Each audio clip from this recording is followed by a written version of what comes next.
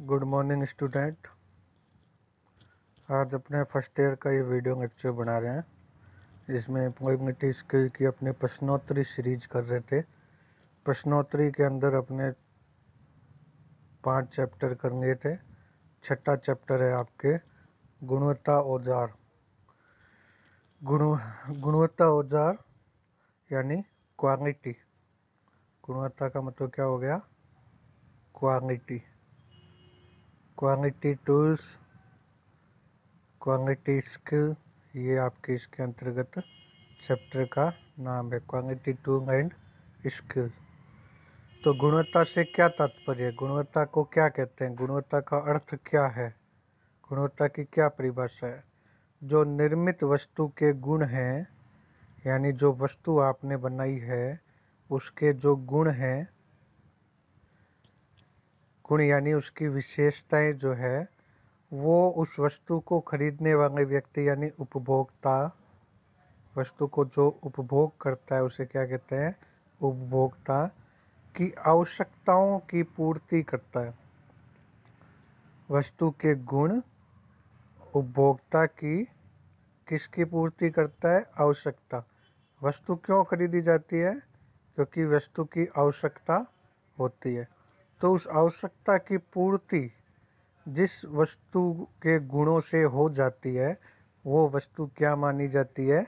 गुणवत्ता वाली मानी जाती है। कभी भी ये नहीं होता कि वस्तु महंगी है तो वो अच्छी गुणवत्ता वाली है, ये परिभाषा नहीं होती है। बहुत इम्पोर्टेंट टॉपिक, बहुत इम्पोर्टेंट नियम, या आप इसको नोट कह सकते हैं कि पॉइंट है, बहुत इम्पोर्टेंट पॉइंट है कि वस्तु महंगी है तो वो गुणवत्ता वाली है, ऐसा नहीं है।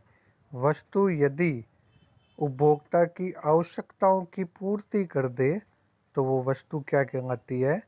गुणवत्ता वाली कहलाती है। ठीक है। वस्तु के गुण किन चीज़ों पर निर्भर करता है? एक तो उसकी डिजाइन की गुणवत्ता, वस्तु की डिजाइन एकदम सही होनी चाहिए। उसकी अनुरूपता, अनुरूपता यानी वस्तु जो है वो आपकी आवश्यकताओं को पूरी कर रहा है, वो वस्तु की क्या कहलाती है? अनुरूपता। एवं निष्पादन पर, ठीक है। और वस्तु को जो कार्य करवाया जा रहा है, वस्तु से जो कार्य लिया जा रहा है, वो वस्तु वो कार्य कर पा रही है या नहीं कर पा रही है। तो ये क्या है? आपके वस्तु के गुण इन चीज़ों पर निर्भर करते हैं। नंबर 3 आपके क्वेश्चन है, वास्तविक परिणामों को इच्छित परिणामों के निकट लाना। परिणाम जो है, जैसे आपका परीक्षा परिणाम है, ठीक है, वो वास्तविक परिणाम हो गया। जैसे आपके सेकंड डिवीज़न आई है और आपकी इच्छा क्या थी? First division. यानी वास्तविक परिणाम क्या है? Second division. और इच्छित क्या है? First division. इसको अधिक निकट लाने, यानी सेकंड को फर्स्ट के निकट लाने के लिए जो प्रक्रिया अपनाई जाती है उसे क्या कहते हैं? नियंत्रण। क्या कहते हैं? नियंत्रण। यानी आप नियंत्रण के द्वारा, नियंत्रण की प्रक्रिया के द्वारा अपने आपके जो परिणाम प्राप्त हुए हैं और जो परिणाम आप चाहते हैं उनको निकट लाया जा सकता है। यानी आपको जो परिणाम प्राप्त हुआ है उसको यहाँ से बदला जा सकता है, इच्छित परिणाम में बदला जा सकता है। किस प्रक्रिया के द्वारा? नियंत्रण प्रक्रिया के द्वारा। दोष युक्त वस्तु को निकालने की प्रक्रिया क्या कहलाती है? अब वस्तुएं हैं जो है, वस्तुएं जब माल तैयार किया जाता है तो उसमें जैसे जो दोषपूर्ण वस्तु है उसको अलग कर दिया, तो इसे क्या कहते हैं? गुणवत्ता नियंत्रण टेक्निक कहते हैं। गुणवत्ता नियंत्रण की प्रक्रिया या तकनीकी कहते हैं। वस्तु के स्तर को ऊंचा उठाने की योजना कैसे बनाई जाती है? अधिक उत्पादन करना जिससे वस्तु की कीमत कम हो जाए। देखो, ये बहुत अच्छा इम्पोर्टेंट नियम है कि वस्तु को अधिक उत्पादन, वस्तु का अधिक उत्पादन उस वस्तु की कीमत में कमी करता है। उस वस्तु की कमी, वस्तु की कीमत जो है उसमें क्या कर देता है? कमी कर देता है। क्या? अधिक उत्पादन। तो अधिक उत्पादन करके वस्तु की कीमत को कम किया जा सकता है। इससे वस्तु के स्तर को ऊंचा उठाया जा सकता है। गुणवत्ता नियंत्रण से क्या फ़ायदा है? दोषपूर्ण उत्पादन की प्रतिशतता में कमी आ जाती है। गुणवत्ता नियंत्रण तकनीकों का जब उपयोग किया जाता है तो उससे दोषपूर्ण जो उत्पादन है उसकी प्रतिशतता को कम किया जा सकता है। दोषपूर्ण उत्पादन जब कम होता है तो वस्तु अधिक उत्पादित की जा सकती है। अधिक उत्पादित करने से वस्तु की कीमत में कमी आ जाती है। सभी आपस में रिलेटेड है, सभी एक दूसरे के समानुपाती होते हैं। एक कम होता है तो दूसरा कहीं विलोमानुपाती भी है, अधिक हो जाता है। गुणवत्ता नियंत्रण विभाग के क्या कार्य है?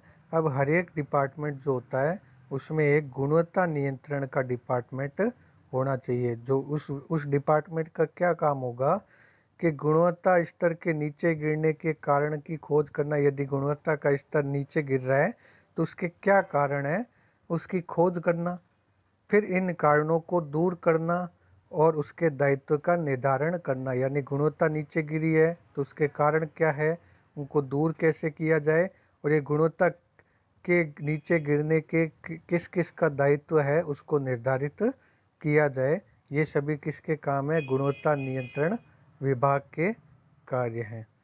नेक्स्ट क्वेश्चन है 8वां क्वेश्चन। गुणवत्ता संबंधी शिकायतों को सुनना, यानी गुणवत्ता से रिलेटेड कोई शिकायत आई है तो उसको सुनना, उसको निपटारा करना, ये भी किसका दायित्व है? गुणवत्ता नियंत्रण विभाग का कार्य है। गुणवत्ता के क्षेत्र में स्मरण कार्य के किस व्यक्ति को याद किया जाता है? टोक्यो यूनिवर्सिटी के इंजीनियर गोस्वामी। ये व्यक्ति गुणवत्ता से रिलेटेड व्यक्ति है जिन्होंने गुणवत्ता के ऊपर कई व्याख्यान दिए, कई इन्होंने थ्योरीज दी। तो ये टोक्यो यूनिवर्सिटी के इंजीनियर थे गोस्वामी, जिसको गुणवत्ता क्षेत्र में स्मरण किया जाता है। स्मरण यानी गुणवत्ता के क्षेत्र के लिए उन्हें याद किया जाता है। ठीक है। फिशबोन चार्ट की क्या विशेषता? गुणवत्ता के टूल्स के अंदर चार्ट का महत्वपूर्ण नियम, चार्ट जो है वो बहुत इम्पोर्टेंट होते हैं। इन चार्ट में एक चार्ट होता है फिशबोन चार्ट, जिसे क्या कहा जाता है? कारण और प्रभाव। समस्या जो है उसके विभिन्न कारणों की पहचान करने के लिए फिशबोन चार्ट बनाया जाता है।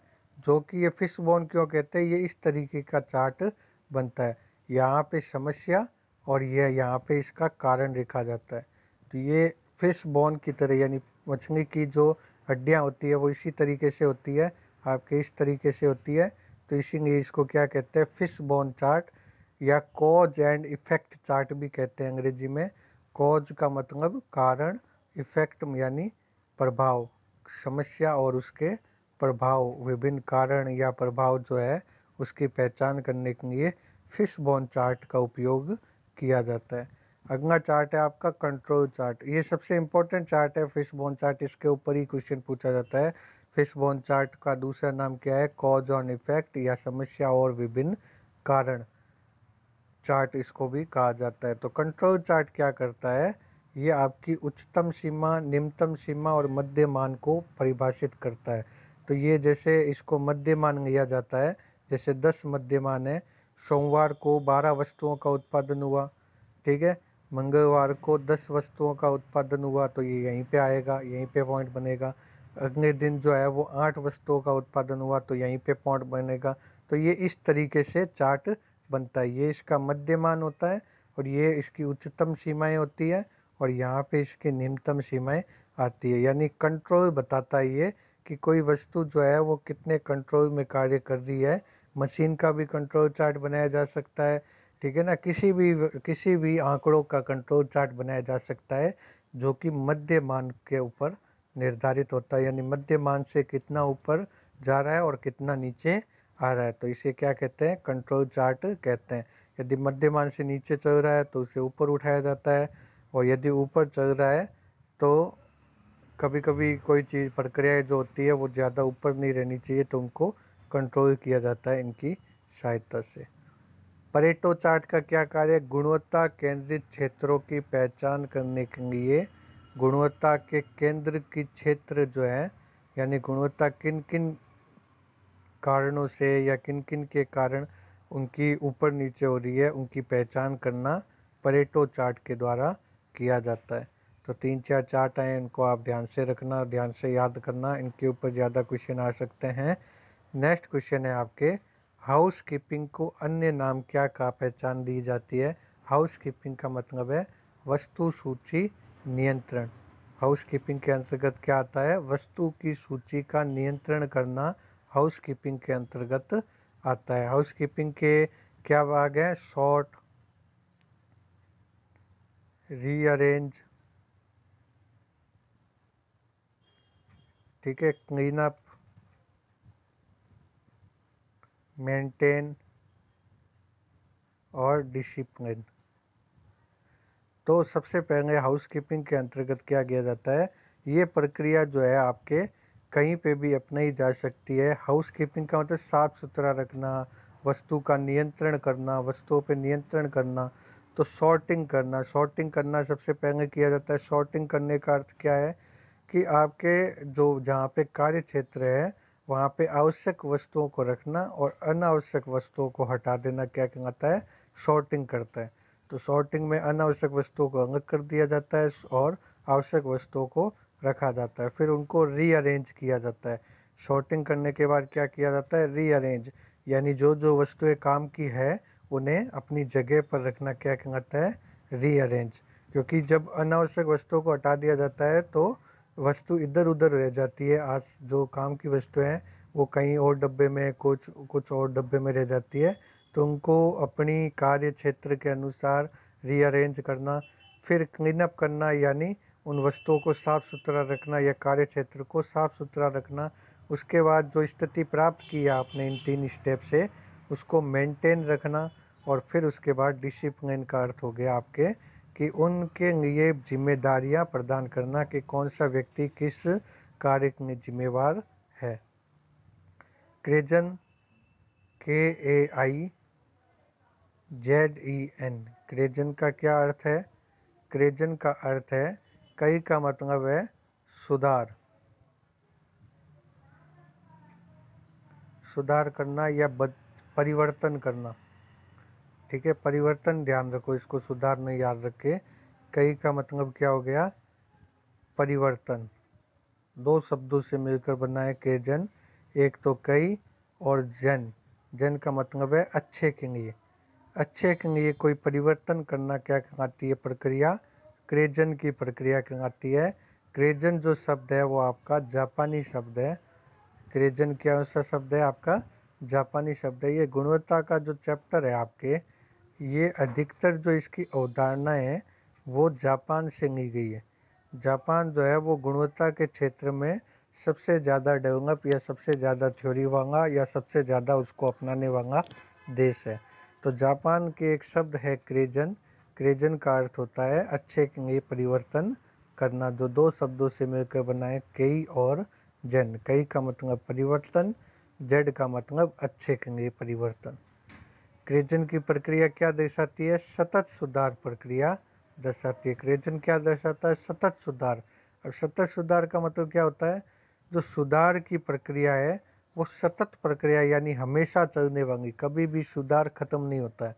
किसी भी चीज़ में या किसी भी व्यक्ति में भी ले लो आप, तो उसमें सुधार की हमेशा गुंजाइश रहती है। तो उस सुधार की प्रक्रिया जो होती है वो हमेशा सतत होती है, यानी निरंतर चलने वाली प्रक्रिया होती है, जो कभी खत्म न होने वाली प्रक्रिया होती है। नेक्स्ट क्वेश्चन है, क्रेजन का महत्वपूर्ण उद्देश्य क्या होता है, शून्य त्रुटि की ओर बढ़ना, यानी जीरो एरर, शून्य त्रुटि की तरफ बढ़ना को प्राप्त करना और उसे नियंत्रण बनाए रखना। यानी शून्य त्रुटि को प्राप्त करना, यदि प्राप्त हो जाए तो उसे बनाए रखना आपकी क्रेजन का महत्वपूर्ण उद्देश्य होता है। अगला क्वेश्चन भी इससे संबंधित, ये सतत सुधार से भी। एक बार गुणवत्ता का स्तर प्राप्त कर लेने के बाद क्या होता है, यह प्रक्रिया निरंतर चलती रहती है। गुणवत्ता का स्तर जो है वो हमेशा बढ़ाते रहना चाहिए, हमेशा बढ़ता चला जाता है। आपकी गुणवत्ता का स्तर जो है वो हमेशा बढ़ता रहता है, सतत सुधार प्रक्रिया होती है। तो एक बार प्राप्त कर लेने के बाद भी वो आगे से आगे आप उसको बढ़ा सकते हैं। तो गुणवत्ता की प्रक्रिया जो है वो हमेशा चलने वाली प्रक्रिया होती है। नेक्स्ट क्वेश्चन है आपका, PDSA चक्र के विभिन्न चरण कौन से हैं? PDSA चक्र का मतलब क्या हो गया? ये चक्र हो गया। तो PDSA का मतलब क्या हो गया? Plan, do, study, action.